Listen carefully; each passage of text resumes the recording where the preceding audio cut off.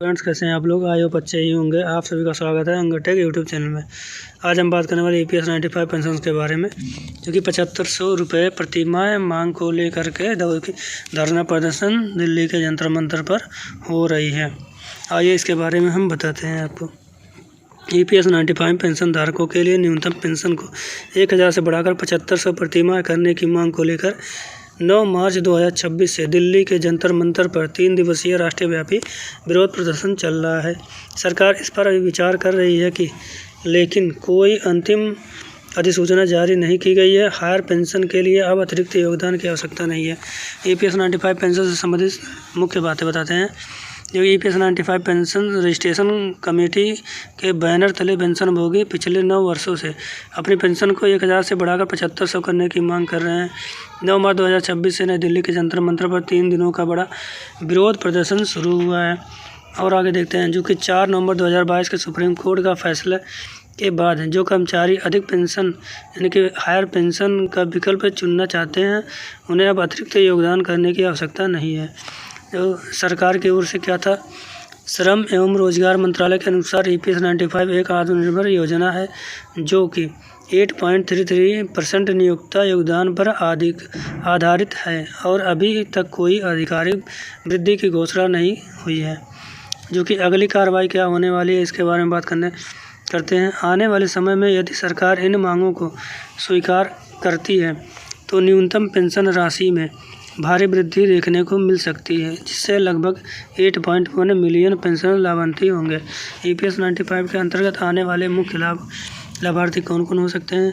सेवानिवृत्ति 58 वर्ष के बाद जीवन भर के लिए निश्चित मासिक पेंशन होगा। सदस्य की मृत्यु होने पर परिवार के लिए पेंशन पति पत्नी और बच्चों के लिए दिया जाएगा। 10 वर्ष की न्यूनतम सेवा पूरी करने पर पात्र होगा।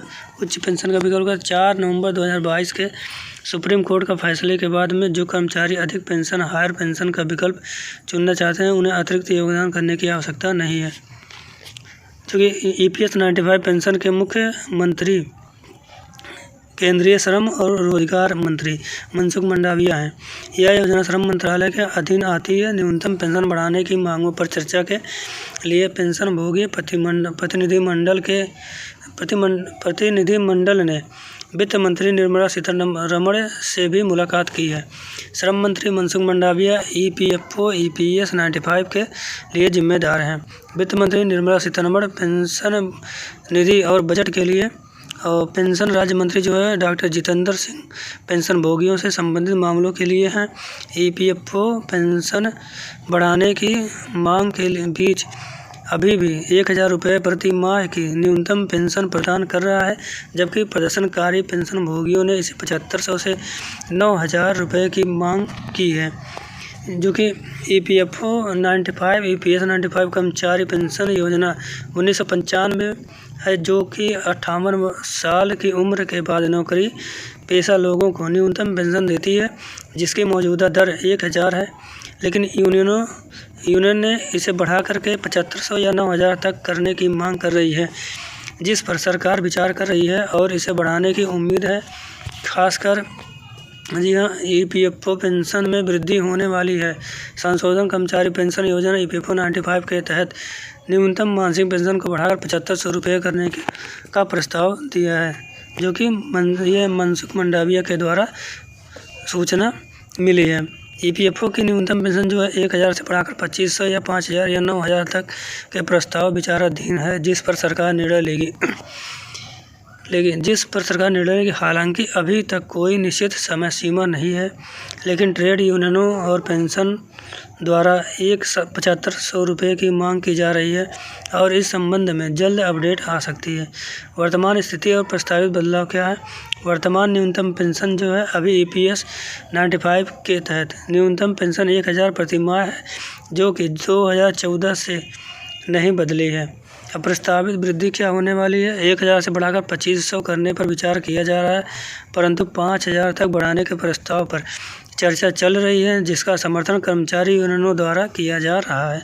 ट्रेड यूनियन और पेंशनर्स जो है 7500 तक बढ़ाने की मांग कर रहे हैं। श्रम और रोजगार मंत्रालय इन प्रस्तावों की समीक्षा कर रहा है। बजट 2026 सामाजिक सुरक्षा सुधार बैठकों में इस पर फैसला हो सकता है कि निष्कर्ष निकल सकता है कि सरकार के द्वारा सरकार न्यूनतम पेंशन बढ़ाने के पक्ष में है, लेकिन यह एक तय योगदान और तय लाभ वाली योजना होने के कारण फंड पर वित्तीय बोझ को देखते हुए सीधी बढ़ोतरी मुश्किल है। इसीलिए 25 या 5 या 7,500 तक की वृद्धि की संभावना है, जिसके लिए अभी आधिकारिक घोषणा का इंतजार है। फ्रेंड्स, आगे भी न्यूज़ जानने के लिए आप इस चैनल पर बने रहिएगा। चैनल को सब्सक्राइब कर दीजिएगा। वीडियो अच्छा लगेगा तो चैनल को please subscribe, like and share कर दीजिएगा। जय माता दी।